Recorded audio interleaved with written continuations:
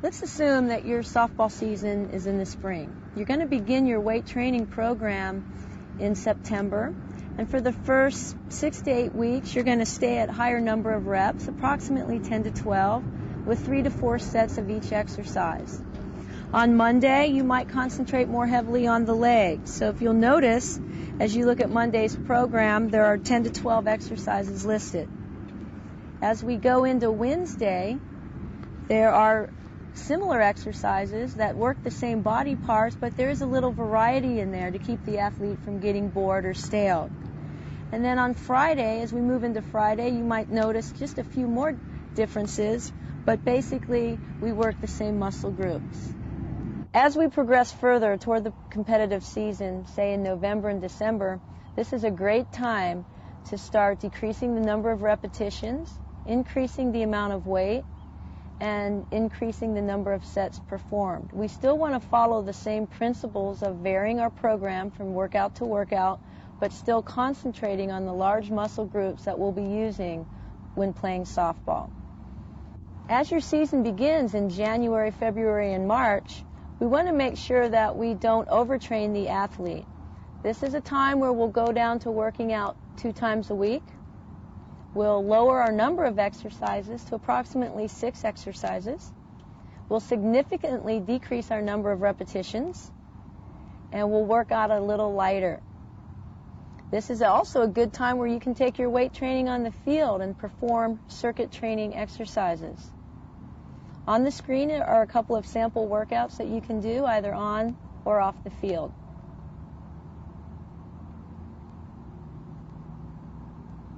During the off-season is an important time to train for cardiovascular fitness and endurance. This prepares the body for the strength training that lies ahead as school starts. So you want to make sure to get all your distance running in then. It's a good time to lose fat weight, and again, just to train the body for the hard season ahead. I'm a coach that doesn't have a weight room, doesn't have a nice, all this facility with all this equipment in it. What about doing something like circuit training? For example, my team goes through a circuit every practice before they start, right after their stretches, before we start our practice.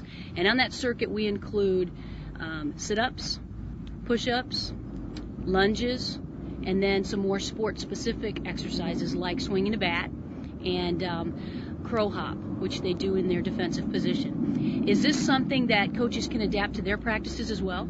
Kathy, that's a great idea. In fact, in season is a time when you want to tone down your heavyweight training and do more of a circuit type training, higher number of repetitions, lighter weight. Now they can do this with weight, but usually their body resistance can be enough because they have a strenuous season, and you don't want to overtrain the athlete.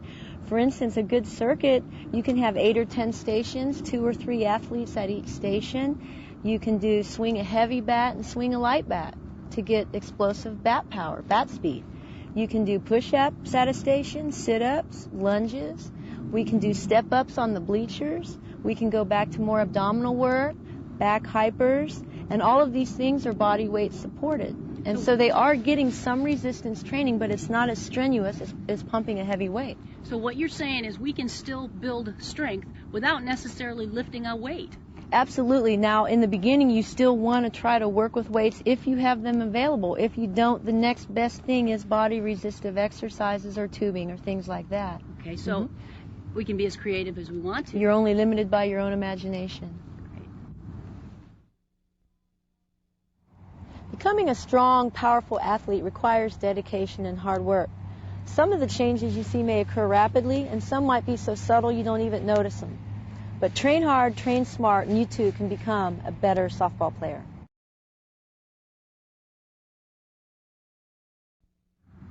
Hi, my name's Kathy Van Wyck, and I'm a fast pitch pitching instructor. You've probably seen me on other higher ground videos. Over the past 15 years, I've come into contact with hundreds of softball coaches and players from all over the world. And there's one question that I'm asked more often than any other, and that is, should I lift weights, or should my athletes lift weights? Would they benefit from a weight training program? My answer is always the same, absolutely. Softball players, no matter what skill that they use, no matter what position they play, would benefit from a strength program. That's all a weight training program is to help them get stronger. The key is that the proper program be set up by a professional. Now, there's a lot of questions that need to be answered, and the questions that you may have, and that is things like, how often should I lift weights? How many sets should I do? How many repetitions? What exercises should I do? There's so many exercises out there. What you want to do is go out and find a professional to show you how to perform those exercises properly. What I've tried to do today is find a professional for you to help us do that. So let me introduce to you Allison Whitwer. Allison is a strength and conditioning specialist certified by the National Strength and Conditioning Association. She has her master's degree from Long Beach State in exercise physiology. Now, Allison, before we get going in too many of these other questions, still seems to be a lot of myths out there about weight training, especially for girls. My girls always ask me, if I lift weights, am I going to get big muscles? What would you tell them? Kathy, young women don't possess the elevated levels of testosterone that men do. So they will gain some lean mass. They will be able to build some muscle, but they're not going to get big and bulky. It's just not physiologically possible for them to do so. Okay, so you're saying that their bodies are going to change. Absolutely, yes. Okay. They'll change for the positive. They'll actually probably lean out with some weight training and lose some higher levels of fat that young women tend to gain through adolescence. Okay. One of the other things that you often hear with weight training programs is that you're going to lose flexibility. What do you say to those people? Absolutely not. If you have a well-designed program and you perform the exercises correctly, you can actually increase your flexibility as long as you're lifting weights through the recommended range of motion. Okay. So at what age is it safe for athletes to begin lifting weights? Without putting an age on it, I would say that it's very safe for as you reach adolescence to start or begin a weight training program, and adolescence begins at different ages for everybody, but they've done several studies on 100 adolescent boys and girls, and they've found that they've gained 3 pounds of lean mass, they've lost 3 pounds of fat weight, and I think the greatest finding was there were no exercise-related injuries with weight training in this study. Okay, so when you say lean mass, you mean muscle? Muscle. Okay. Working tissue. All right. Tissues that help you be stronger and faster. And that's what all athletes would want to have. Absolutely. Okay, so to go along with that then, you often use you often hear the term power being used. Is there a difference between strength and power? Yes, there is. Power, it's kind of a confusing definition. You might hear explosive power, and that's the same as speed strength. And by definition, all power is work over time, or strength over a period of time. So power, if you want to give a better definition, is just how much work you can do in the shortest amount of time. Okay. So along with power then is strength and speed. Correct. Okay. Now, why is it important for an athlete to be strong and well-conditioned? I think first and foremost, a strong, well-conditioned athlete, Kathy, is much less susceptible to injury, and that has to make a coach feel better. I also believe that if you have a strong, confident athlete, they're going to work harder on the field, they're going to be better, feel better about themselves, and I really believe they have a stronger work ethic because they've worked hard in the weight room. Mm-hmm. I think I can definitely vouch for that. You see athletes who feel better about themselves when they're stronger and they know that they're in good shape. Well, when you feel good, you're more confident anyway. Now, we've talked about, we're going to address the issue of strength. What would be a way that they would train for this power aspect, or the strength and speed? Well, as we said earlier, power is a combination of speed and strength. Now, you can work on speed out on the field, you can do plyometrics, you can do sprint training, you can work on strength in the weight room, you can work on strength out in the field. And power is a combination of that. You can do explosive power lifting to also teach power, but I think today we're going to concentrate on the strength half of the power component. Okay. So with all these things going on, what do you say we head into the weight room and talk about strength? Sounds like a good idea. Okay. Before we move into the weight room, let's discuss a few points that I feel are important before beginning any exercise program. Before beginning any exercise program, remember, consult your physician and obtain clearance to begin a weight training program. Contraindicated movements should be addressed by your physician or physical therapist. To prevent injury, thorough stretching, warm-up, and cool-down is required. If you are a beginner, perform the movements with correct form before adding any additional weight, then gradually increase the weight in 1 to 3 pound increments. Remember, the quality of your workout is more important than quantity as you begin a new program. To prevent injury, concentrate on performing each lift with correct form before progressing to the next weight. All workouts should have the proper adult supervision. A softball player relies heavily on explosive leg, hip, and trunk power. So we'll begin our program using the lower body exercises. One of my favorite exercises is the traveling lunge. It uses all the musculature of the lower body used for softball. So Deanne will now demonstrate the proper technique for the traveling lunge.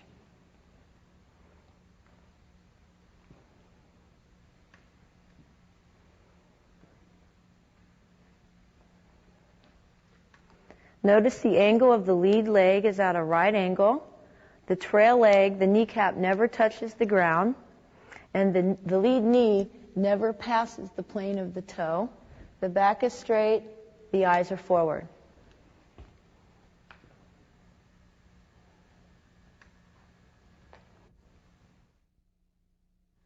An alternative to the lunge is a step up. What you want to do is get a box that's high enough that the knee and hip are at right angles, and make sure that it's a stable, steady surface. Go ahead and begin exercising.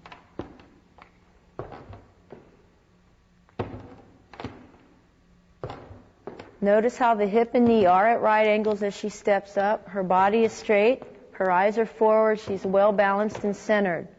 One of the common mistakes made with step-ups or lunges are that we let the knee pass the toe. This is a lot of strain on the knee, so make sure that it's in line with the top of the foot and at right angles. Go ahead and do some more, please. This can be done with or without dumbbells. It can be done in the weight room or on the field.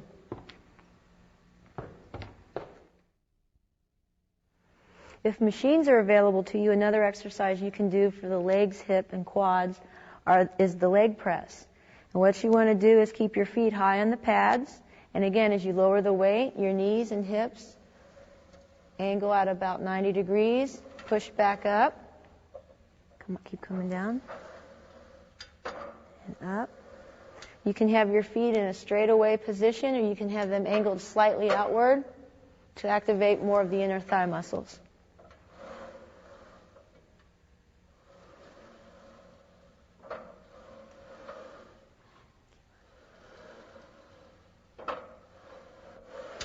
The leg press is very similar to the lunge or the step up. So if elaborate equipment is not available, the other two exercises will be sufficient. We've been looking at exercises that any of your athletes can perform. This next exercise, the squat, is a very advanced exercise, and you want to perform this with athletes that have been lifting for about 6 months to a year that are older athletes. All right, Deanne, we're going to have you step up to the bar. Duck under the bar. Your eyes are focused forward on the far wall. Your feet are flat, shoulder width apart. Toes are forward or slightly out, however the athlete is comfortable. We're going to make sure that we always have spotters with the more advanced lift. If you have 2 spotters, you'll have one on each side of the bar to help her up and down if she gets into trouble. And if you have 1 spotter, we'll move behind her. We're going to start with a 2-spot. We're going to have Deanne step up, take 2 steps back, get in a comfortable position. When she's ready to start squatting, she's going to keep her eyes forward, her chest out, and go down in a slow and controlled manner. If you're spotting this exercise, you want your hands under the bar, not touching it, and just helping her up if she needs help. You're doing this in a nice, controlled manner. The knees are over the toes, the hips are at right angles, and the thighs are parallel to the ground. Let's do a couple more, Deanna, and then we'll give you a rest. All right. And 1 more, please. Good. Now, as you rack the bar, you want to walk forward, squat under the rack, and lower the bar. Okay, we're going to give Deanna a little rest before we get her going again. Go ahead and step out. Are you ready? We're going to perform the squat with a 1-spot technique. Go ahead, lift up. 2 steps backwards. The single spotter will stay right behind the squatter and kind of squat down with her. And then just help her up as she starts to fatigue. That's good. Eyes focused forward, chest big, thighs parallel to the ground. And as I said, this is for a more advanced athlete. It's great for producing muscular strength in the gluteals, quads, and the hip flexors. With all the actions we perform in softball, we tend to generally overwork our quadriceps. And one of the most neglected areas of the body is the hamstring. You use them for sprinting, jumping, and starting quickly. So it's very important that you isolate and strengthen this area of the body. In fact, I think this is one of the most important areas to work and the most often neglected. So what we're going to do here is called a hamstring curl. And as you perform this exercise, you bring the heels toward the buttocks and lower the weight slowly, making sure that you don't lock out the knee. Just perform it in a nice, rhythmic, and slow manner. And this is the best and really the only way to isolate the hamstring group muscle.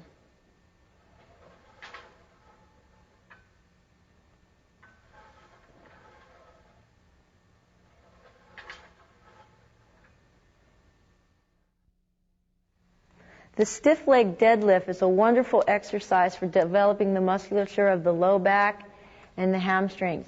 You can perform this lift using a dowel rod, dumbbells, a bar, or your own body weight. Notice how Deanne's eyes are forward, her back is straight, her knees are softly bent, but the knees are not producing the movement. It's occurring in the hip and in the low back area. When you come up, I want you to stand straight up, okay? Bar is very close to the body. The body comes erect and upright, and it moves in a very slow and controlled manner. You can also perform the lift with dumbbells. The same principles apply. You want the dumbbells very close to the body, arms straight, eyes forward, soft knees. And I want you to try to go through the full range of motion, get a nice stretch in the hamstrings. It's very nice. And then a more advanced lift would be using the Olympic bar with some added weight. I want you to try to get a little bit more range of motion and get a little bit more hamstring stretch. Eyes forward, back straight. Let's take the bar all the way to the ground. Very good. Nice and slow and controlled.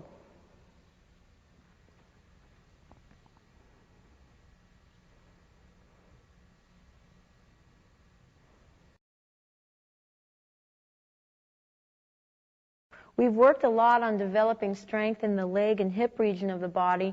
Now we're going to work our way up into the abdominals. You guys probably don't have stomachs like Deanne, but if you work hard enough at it, you will.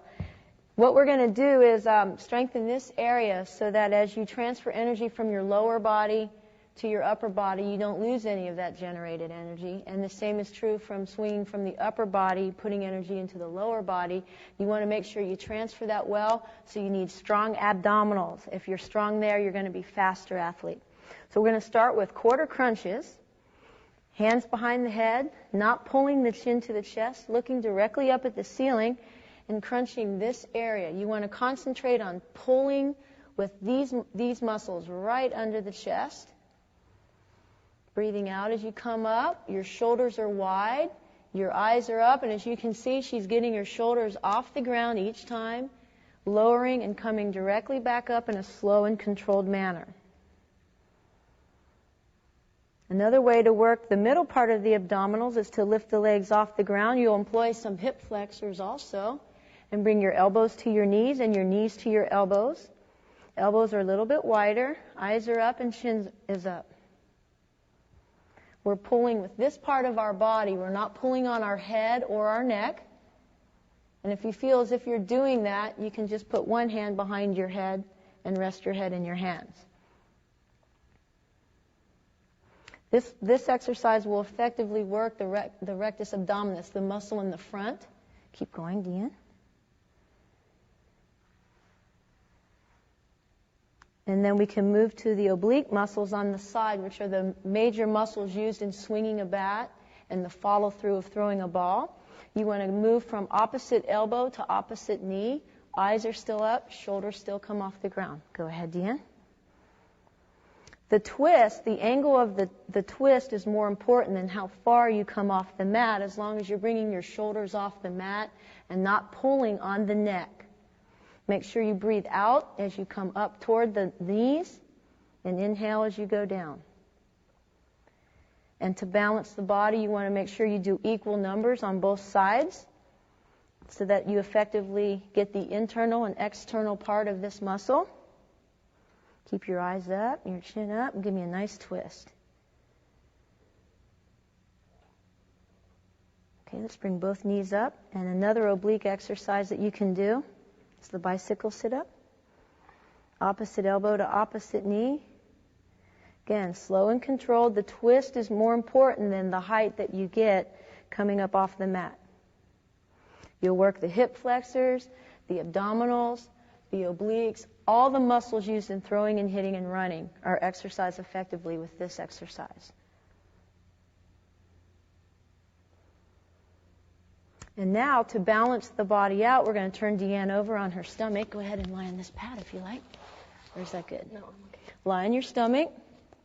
We're going to work the low back region of the body, which is also very important to balance out the strength of the abdominals. You have a nice long body. You can put your hands behind your head.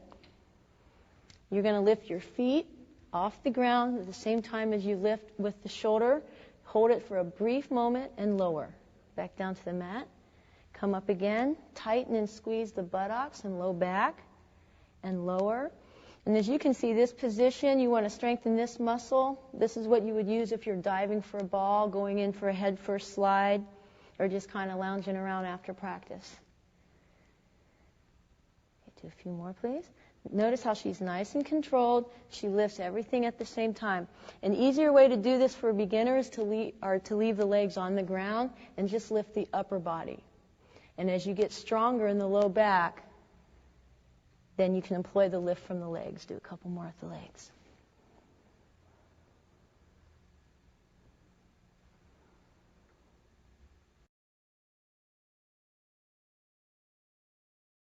As we work our way up the body, we'll now concentrate on the muscles of the upper chest, which are used primarily with throwing and fielding.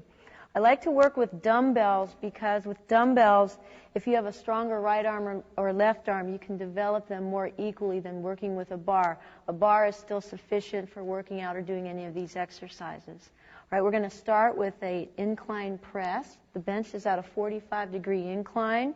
You're going to press the dumbbell straight up in the air. Whenever you do work with free weights, you should have a spotter available. You want to bring your arms a little bit past parallel to the floor. Fully extend with soft elbows. Exhaling as you push the weight away from your body. Eyes focused. Stomach tight.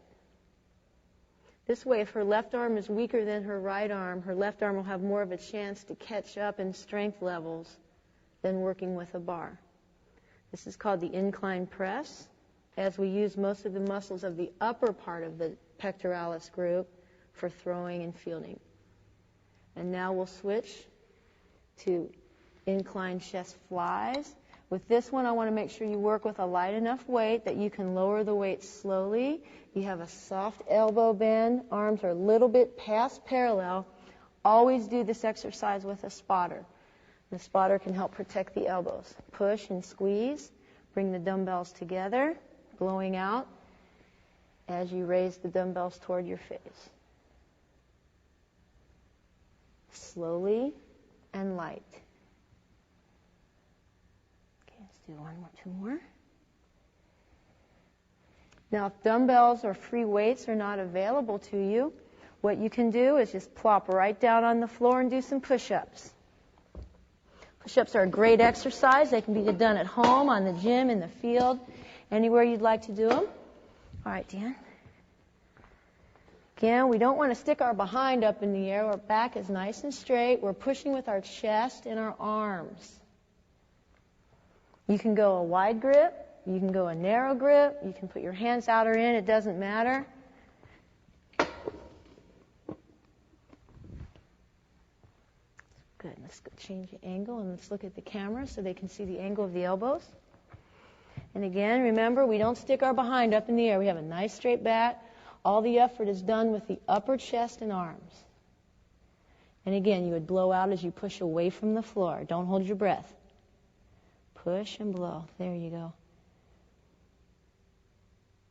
Very good. And what you don't want to do, bring your behind up in the air. What you don't want to do, bring your feet in, is stick your booty up like this, because you're not doing anything but working your hips. One more time. Nice straight back, arms and chest.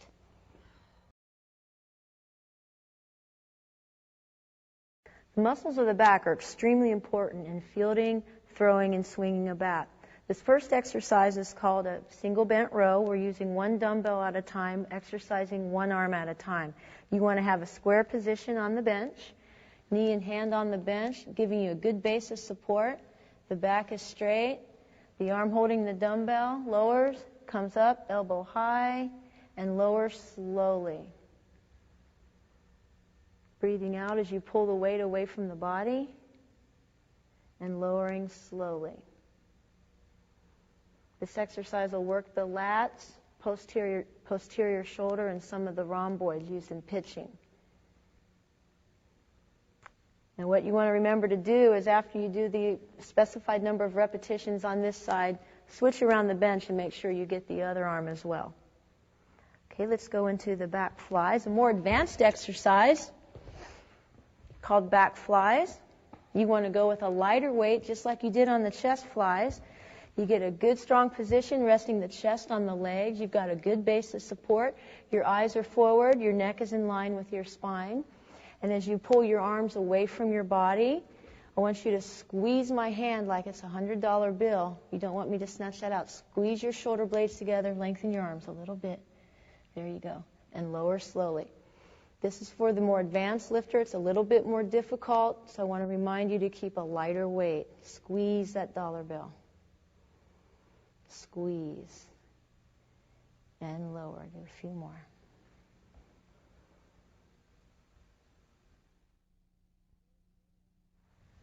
A great back exercise is the lat pull down.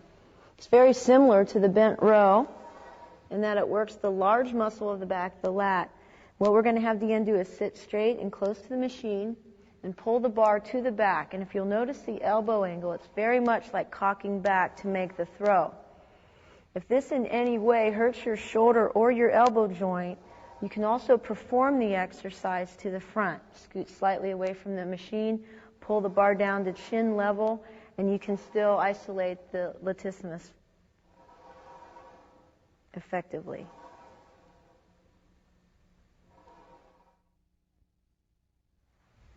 An exercise I really like is called the dumbbell pullover. It employs the muscles of the shoulders, the back, and the chest, and it's the best thing I know that assimilates the overhand throw. So we'll take the dumbbell, straight arms but soft elbows, lower it behind the head through a full range of motion, bend the elbows slightly, pull up, and press overhead, breathing out. You want to make sure you keep your back flat against the bench, your feet either flat on the floor or on the bench. Go ahead, Deanne, do a few more. So you can see it very much assimilates the overhand throwing motion in softball. Do a few more.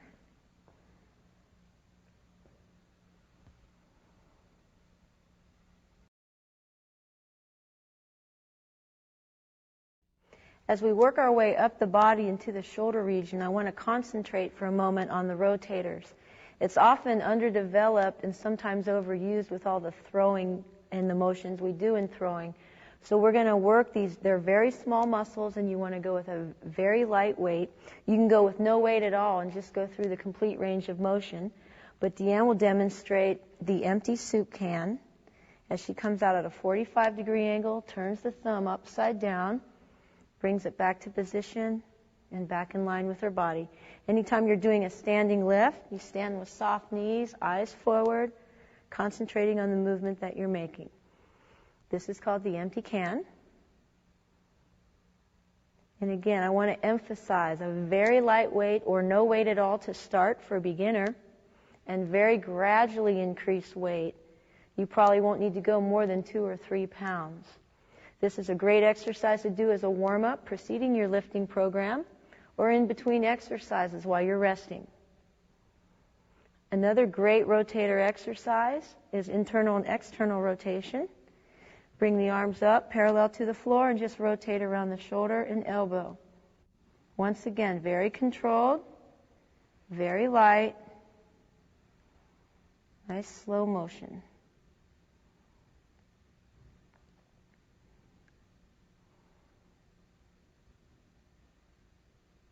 Another exercise that we can do to increase the strength of the shoulder are lateral raises. You just raise the weight directly away from the midline of the body and return it.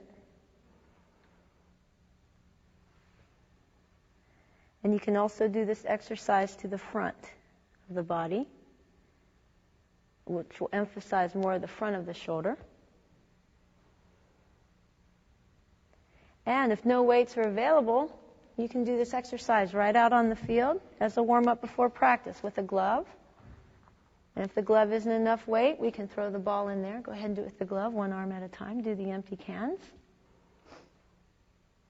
Other way, yeah. In 45-degree angle, coming this way. There you go.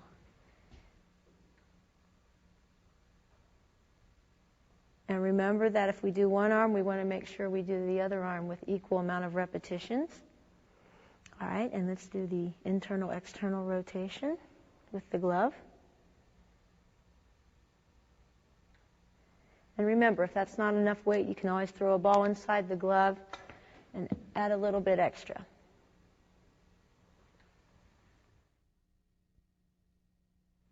Now I want Deanne to show you another shoulder exercise called the upright row.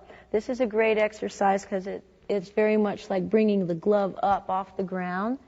And it also employs additional musculature in the arm, the bicep muscles. So we're working our shoulders, our upper back, trapezius, and our bicep muscles with this.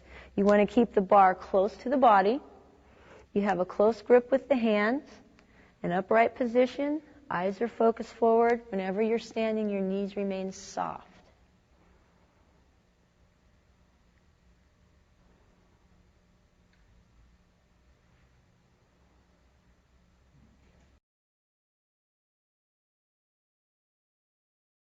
We've worked our arms out quite a bit with the upper body pulling and pushing motions that we've already done, but if you feel like you have an inherent weakness in either your bicep or tricep, you can do some isolation exercises. So for the bicep, you can do bicep curls, and you can do them in an alternating fashion, one arm after the other. As one pulls up, the other one's lowering. Again, whenever you're standing, you have soft knees, upright body, gaze is focused forward. Or you can do both arms at the same time, whatever you feel more comfortable with.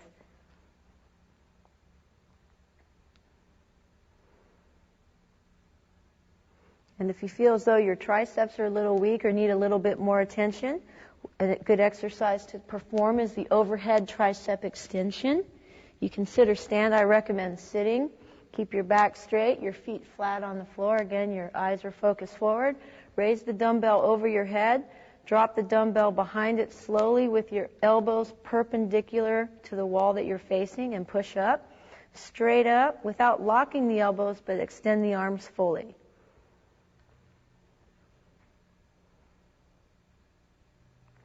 And we'll take this from a side view so you can see the angle of the elbow. Deanne, if you want to turn around a little bit. Raise the dumbbell over your head. Drop it below slowly. Elbows are forward. And push.